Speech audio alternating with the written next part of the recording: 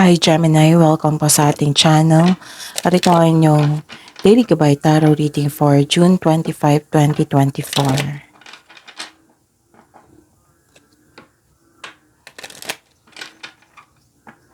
Please be reminded kung naka-resonate kayo, comment down. Kung hindi kayo naka-resonate, ibigay niyo po sa ipakasal channel reading po ito.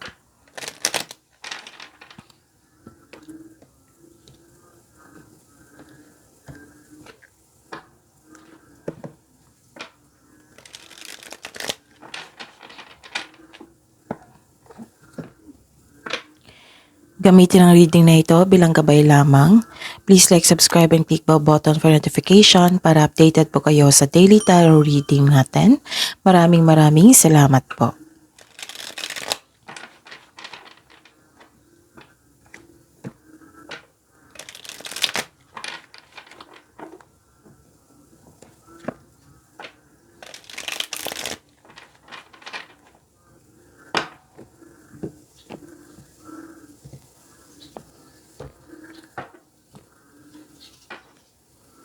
Spirits Guide, mga ganap po ngayong June 25, 2024 para po kay Gemini. I need 3 cards po.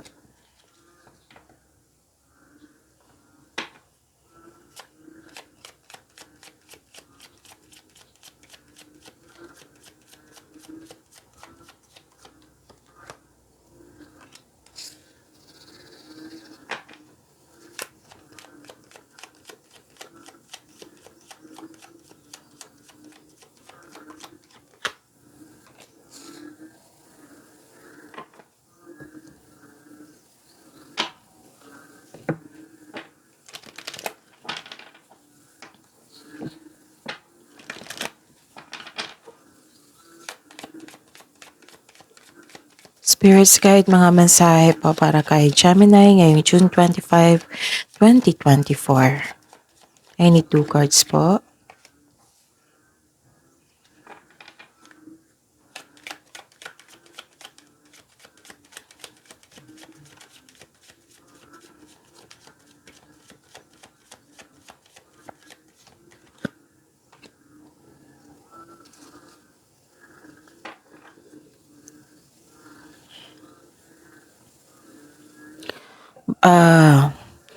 Okay. Gemini, ngayong June 25, 2024, may nakita ko ditong blessings para sa inyo. May nakita rin akong hope and healing. May nakita rin akong clarity. Marami kayong iniisip ngayon, ideas na gustong gawin, thoughts. Nagre-research kayo. Pwedeng nagre-research kayo sa libro or sa internet. Humihingi kayo ng guidance. And navivision mo yung mga plano mo sa buhay. May nakita rin ako dito ng solusyon sa inyong problema. Pwedeng sagot sa inyong mga katanungan. Kung gagawa kayo ng password or passcode ngayon, isulat nyo sa mini notebook para hindi nyo makalimutan. May nakita ko dito na isang tao na mahilig bang manipula. Maloloko po ito.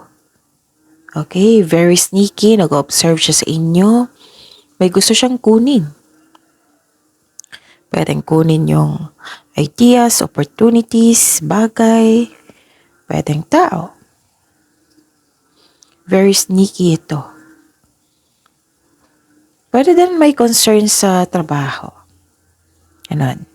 Ang mensahe pa para sa inyo is believe in the impossible, believe in miracles, and bring love into the situation.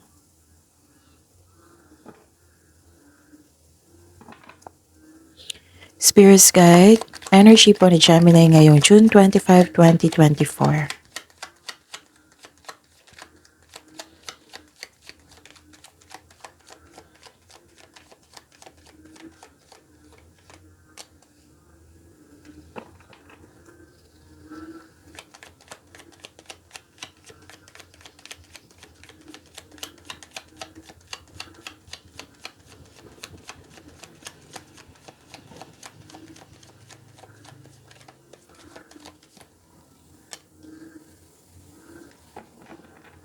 By the way, Gemini, paalala lang po, everyday to.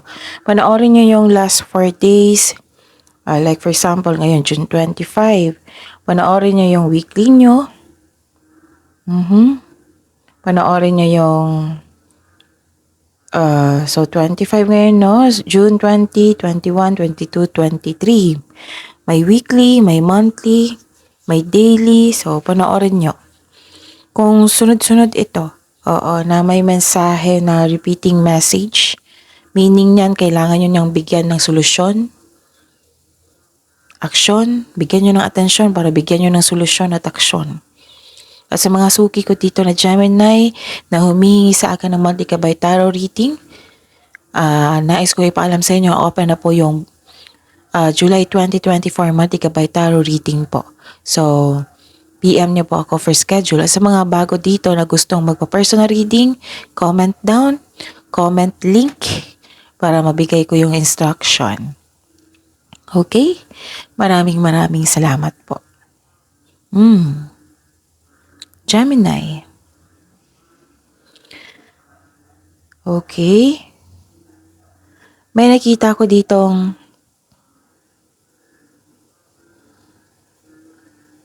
ang taong nanloko sa'yo nagbago na. Siguro natauhan, nagkaroon ng guilt. So, siguro naka-realize. Kasi may nakita ko ditong hindi pagkakaunawaan. Oo.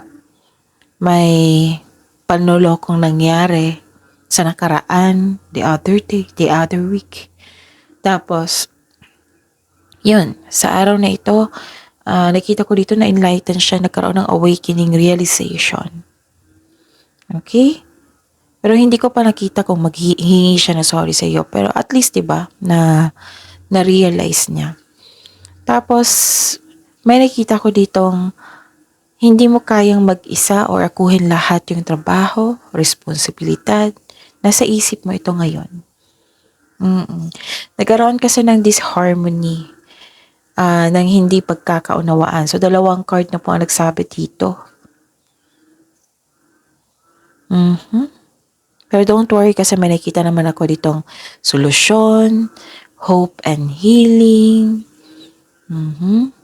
And yun.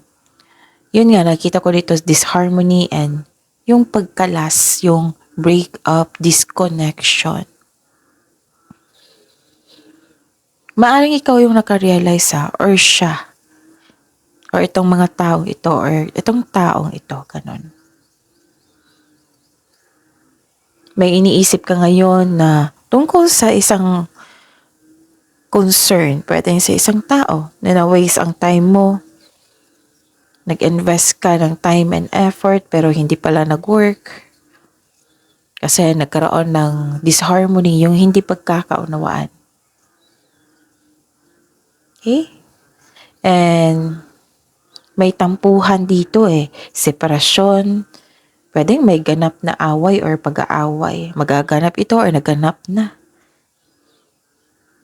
Ang sabi po ng card dito, trust your intuition. Mayroong sikreto pa na hindi mo pa alam. Marahil kaya ka nagkaroon ng alinlangan dahil sa intuition mo.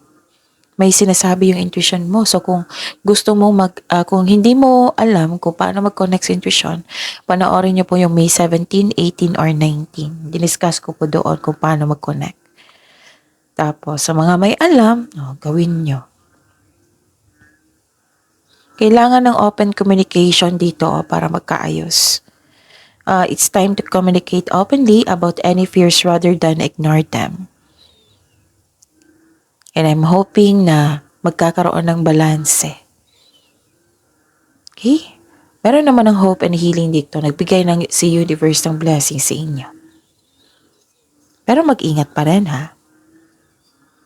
Okay.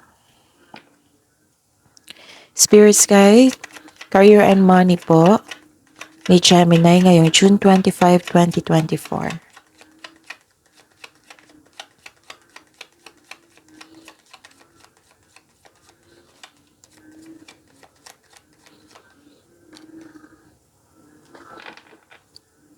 The clarification po. For year and money ni Gemini, June 25, 2024. Maingay yung background natin ngayon ha, baka narinig nyo.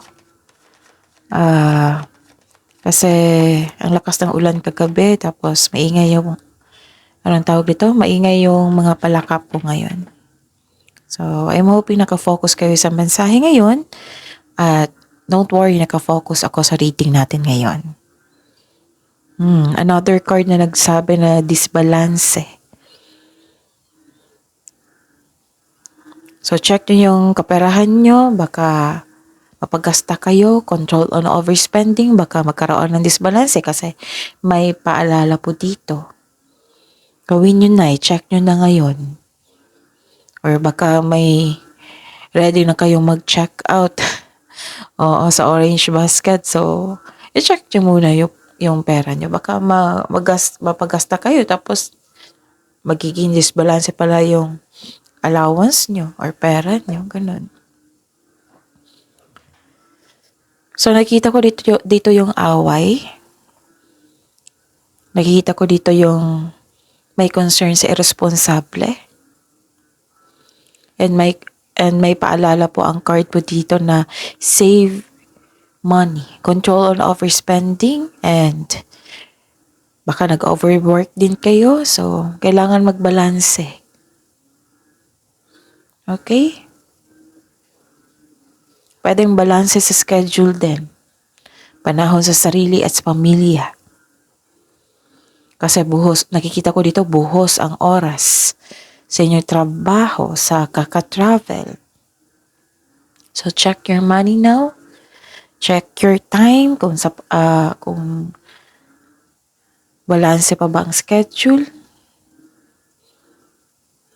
I hope you are okay ngayon, Gemini.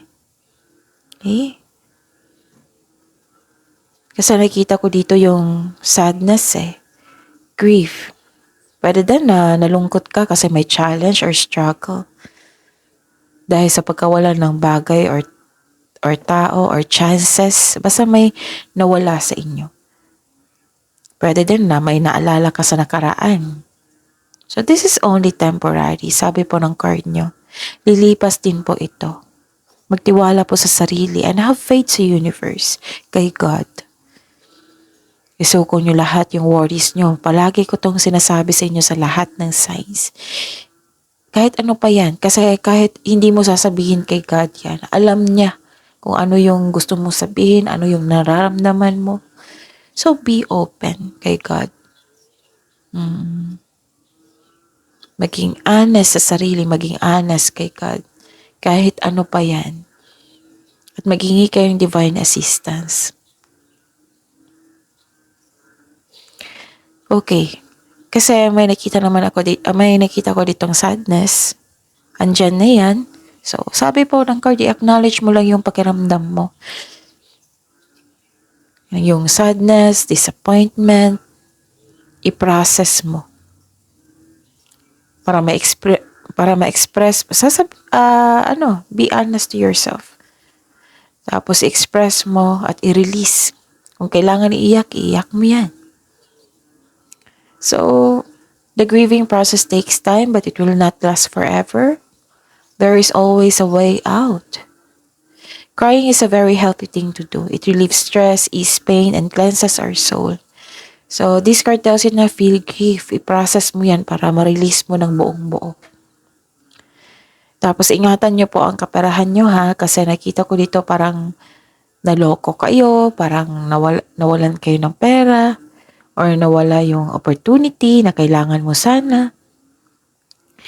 And I understand na na-disappoint kayo. That is very normal. So this card tells you na this is only temporary lang talaga. Itong nararamdaman mo. Tapos take this situation, take this concern as a learning journey para maiwasan mo in the future. Okay? Tapos sabi po ng card dito, di ba po may manloloko dahil 3 card na po nagsabi na may manloloko. Sabi po ng card, wag basta-basta magtiwala sa mga taong may too good to be true na sinasabi sa inyo. Kaya dobleng ingat sa mga mapaninlang na tao.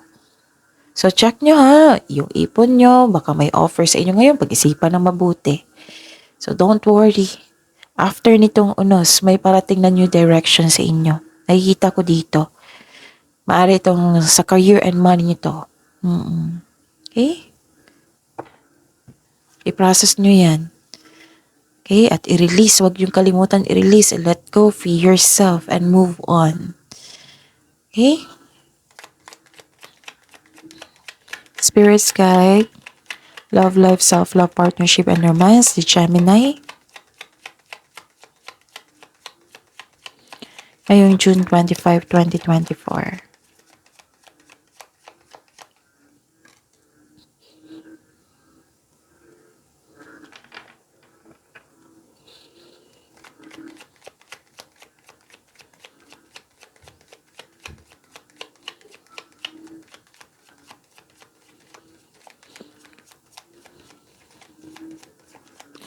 By the way, may bago po tayong channel, Love Jeff. Kung nais nyong alamin kung anong feelings ng person mo, anong gusto niyang sabihin, or ano yung next step niya. So, huwag niyo kalimutan panoorin niyo yung video niyan. New channel yan ha. Subscribe kayo, tapos click kayo ng bell notification para alam niyo may upload. Usually, ma-upload yan after lunch. So, check nyo, okay? That puro love reading po doon. Full reading ng love reading, okay? So, ayan.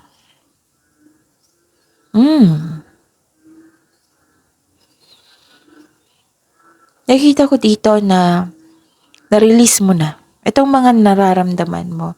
And please be reminded, Gemini, kung may problema kayo sa love life, huwag niyo idama ang career and money, family, yung nag-support sa inyo. Kasi parang damay lahat eh. Some of you ha, hindi lahat talaga.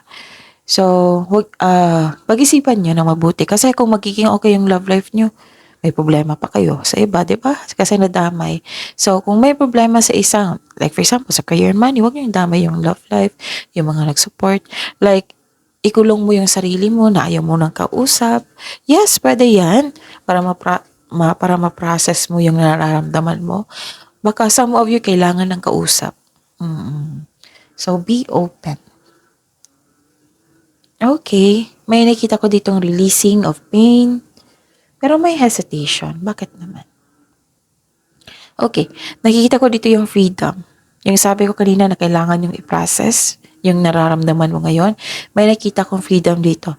Maaring magpahiwatig na ikaw ay nasa proseso ng pagpalaya sa iyong sarili mula sa paghihigpit, mula sa sobrang stricto, mula sa toxicity, kaya magpatuloy. Okay? Tapos, may binigay na opportunity sa inyo, pero pinagpaliban nyo. Huwag nyo daw ipagpaliban. Kasi nakatulong to sa inyo. Okay? Tapos, you're fighting for what is right. Pinaglaban mo yung mo ang tama para magkaroon ka ng freedom. Ang ganda. Kasi you're releasing the pain, nagkaroon ng freedom, you're fighting for it. Okay? And, yun. So, this is very good, Gemini.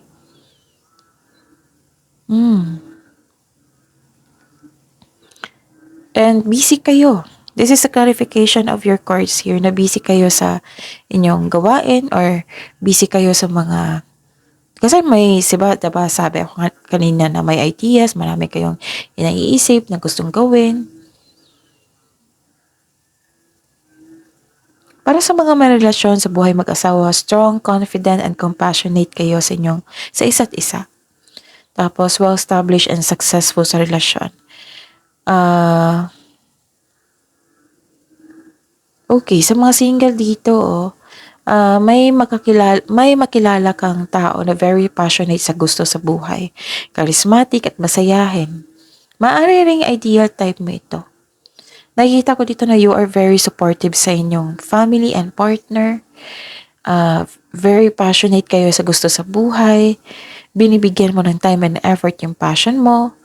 And kaya mo ngang maging leader, So, ang sabi po dito, know that you are guided and protected now and always. Wow. Very confident and sense of worthiness are elevated. You are becoming, after this pain, after this sadness, after this harmony, binigyan mo ng layang sarili mo. That is very good. And nakikita ko rin dito na you're very confident na. At the end of the day, you are very confident na and you are becoming more confident, which will lead to immense personal growth and improvement. May improvement po dito. And ma-discover mo yung sarili mo kung paano mo ito i-process. So that's it. See you tomorrow. Huwag niyo kalimutan panoorin yung mga monthly Gabay Tarot reading nyo, weekly Gabay Tarot reading, at yung bagong channel natin for Love Job. Okay? So see you tomorrow, Gemini. Please like, subscribe, and click bell button for notification para updated po kayo sa daily tarot reading natin. Maraming salamat po.